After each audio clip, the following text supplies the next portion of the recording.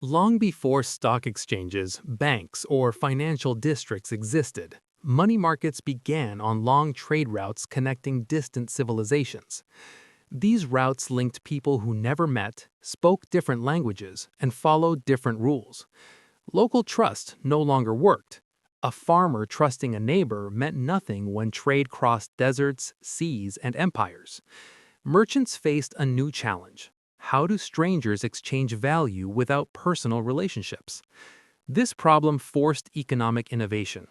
Traders needed shared systems to measure value, track obligations, and reduce risk across distance. Informal promises failed at scale.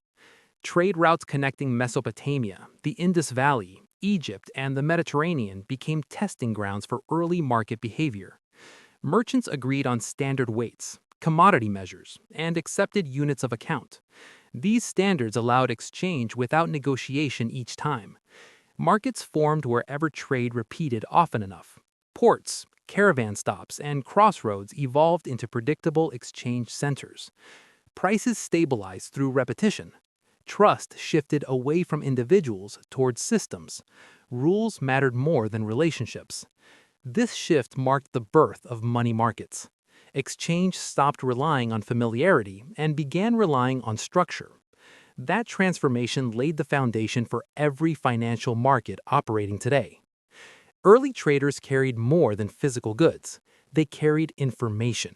Knowledge about prices, shortages, demand, and risk moved alongside silk, spices, metals, and grain. Over time, certain locations gained reputations for safety and fairness. Merchants returned to the same ports and cities because predictability reduced uncertainty. These locations became early market hubs. Consistency became essential. A unit of grain or silver needed recognizable value across regions. Without standardization, long-distance trade collapsed. Shared measures of weight and value emerged. Money became a common language between strangers. Markets did not exist as buildings yet. They existed as repeated agreements honored over time. Price discovery emerged naturally. When goods arrived in abundance, prices fell. When supply tightened, prices rose. Merchants learned to read patterns.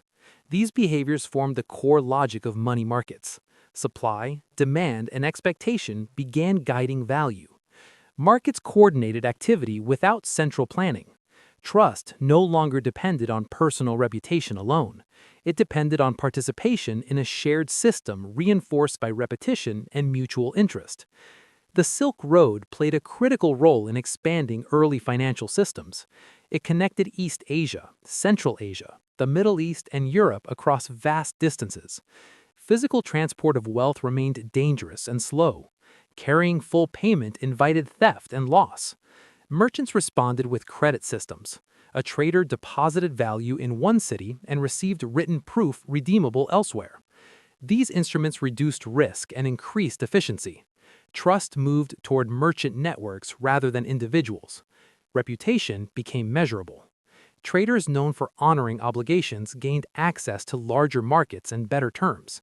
Default meant exclusion from future trade. These networks functioned as early clearing systems. Value moved through trust chains rather than physical transfer. Markets expanded because credit allowed trade volume to grow without proportional increases in metal currency. This logic mirrors modern settlement systems. Even today, financial markets move obligations faster than assets. The Silk Road proved trade thrived when systems replaced physical exchange. Mediterranean ports further refined money market behavior. Cities such as Athens, Alexandria, and Carthage hosted merchants from many regions. Ships arrived daily with varying cargo volumes. Prices changed constantly. This volatility encouraged specialization.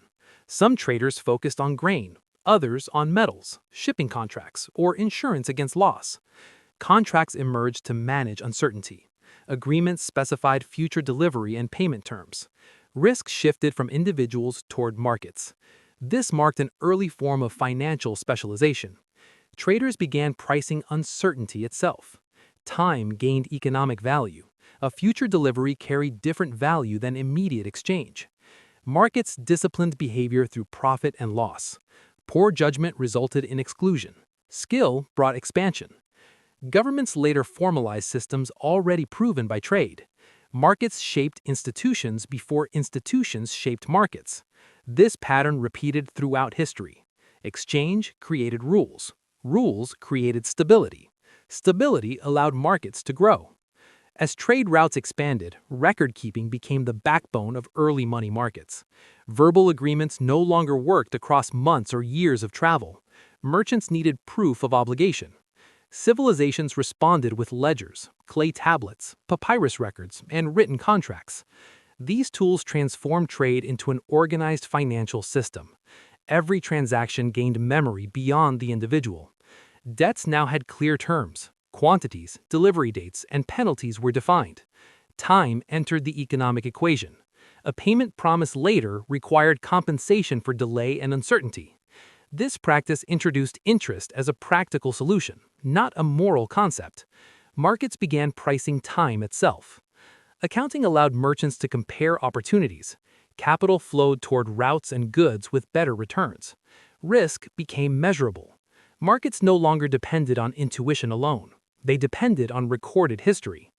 These practices resemble modern money market instruments, where maturity, yield, and risk determine value.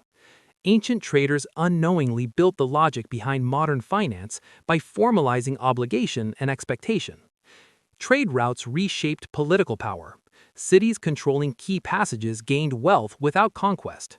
Ports, straits, and crossroads generated revenue through fees and protection services. States realized markets funded stability. Armies, roads, and administration depended on trade income. Governments did not invent markets, they learned to benefit from them.